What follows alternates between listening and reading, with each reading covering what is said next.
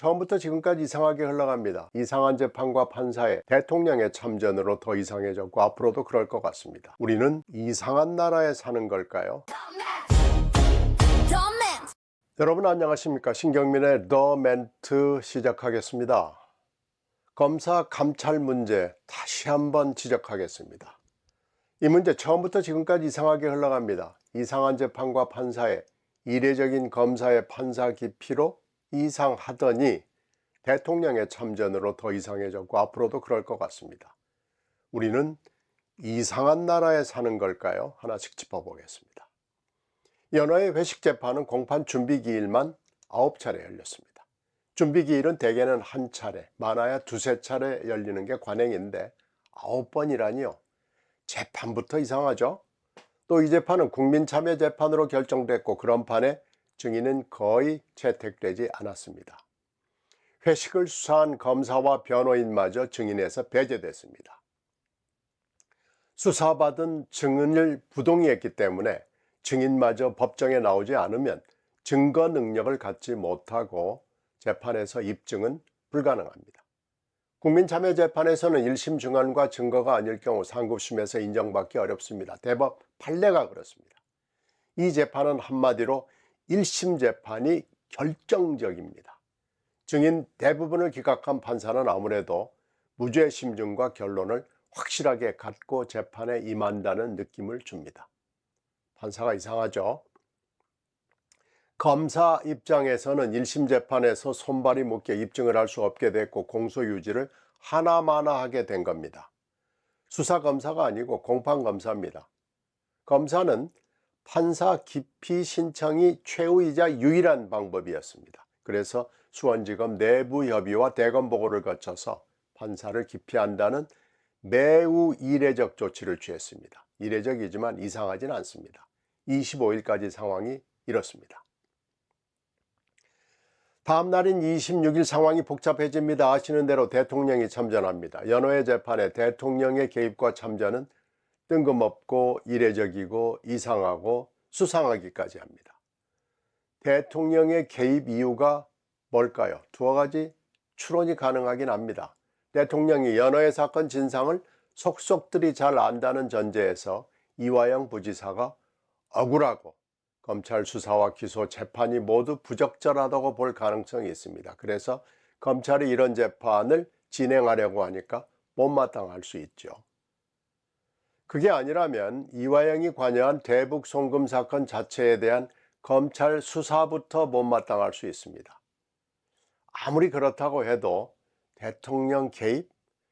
이걸 설명하기에는 부족합니다. 분명한 건 참 이상한 개입이란 점입니다. 대통령의 참전은 해서는 안 되는 일이었습니다. 이젠 감찰의 주체인 검찰총장 대행의 행보 주목되죠. 대통령 지시가 나오면 대개는 늑달같이 실행에 들어가는 게 상례인데 대행과 대검이 며칠 동안 침묵했죠. 이 침묵은 오래가진 못할 게고 뭉구적거린 이유는 여전히 궁금합니다. 대행은 수원지검 공판검사 4명과 직속상관인 부장, 차장, 수원지검장을 감찰해야 합니다. 이들이 대검 반부패부에 보고하고 협의를 마쳤기 때문에 대검 감찰이 필요합니다. 만일 대검 검사장급이 관여됐다면 통상은 법무부가 감찰에 나섭니다. 그런데 감찰하려면 감찰 이유 그리고 적용 법조가 있어야 합니다. 내 죄를 알렸다 시킨 원님 재판으로는 안 됩니다. 그런데 이걸 마련하는 작업이 쉬워 보이질 않아요. 공소유지 검사가 당연히 해야 할 일을 했는데 감찰을 한다는 사실 자체가 부적절하고 위법하기까지 합니다. 전국 검사들이 지켜보는 시선 따갑죠. 이 건을 감찰에 징계하고 수사한다면 앞으로 설립될 공소청의 미래는 암담하단 전망이 섭니다. 하여튼 총장 대행이 이상합니다. 변호사들이 이상합니다. 이화영 피고인의 변호사들은 대통령 지시 바로 다음 날 검사들을 법정 모독과 직무유기 혐의로 고발했습니다.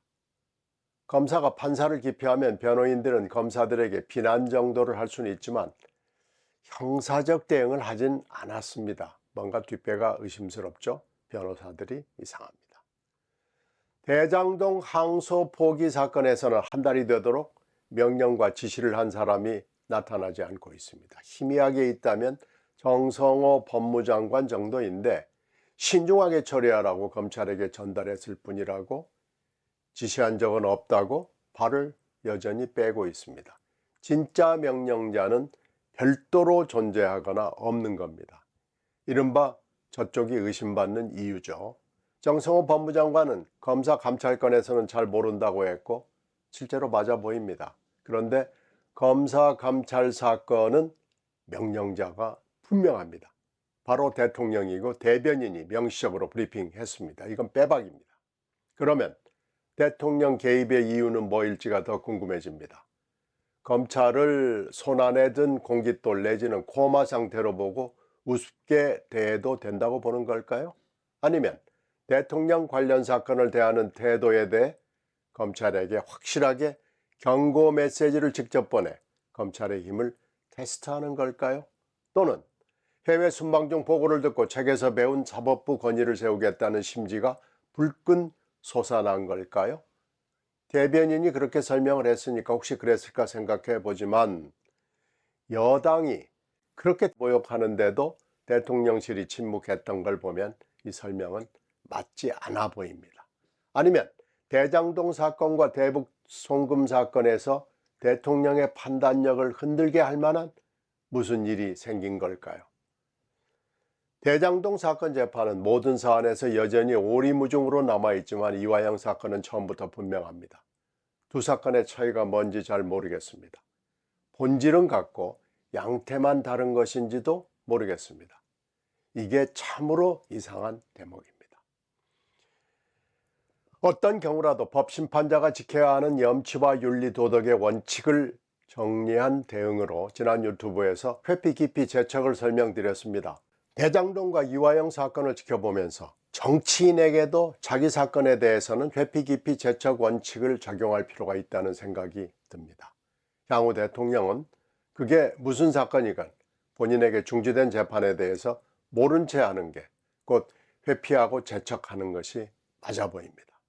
정치인에게 회피 깊이 재척을 법제화하는 방안은 어떨까요? 정치인 기피는 국민과 수사기관이 탄핵 소환 수사하는 것이라서 적용하긴 어렵겠지만 회피와 재척은 바로 적용 가능한 법을 만들 수 있을 겁니다. 기피 문제는 주체와 방식 등 더 연구해 봅시다. 이상한 나라에서 벗어나 봅시다. 앞으로 기도하겠습니다. 오늘 여기까지 말씀드리겠습니다. 고맙습니다.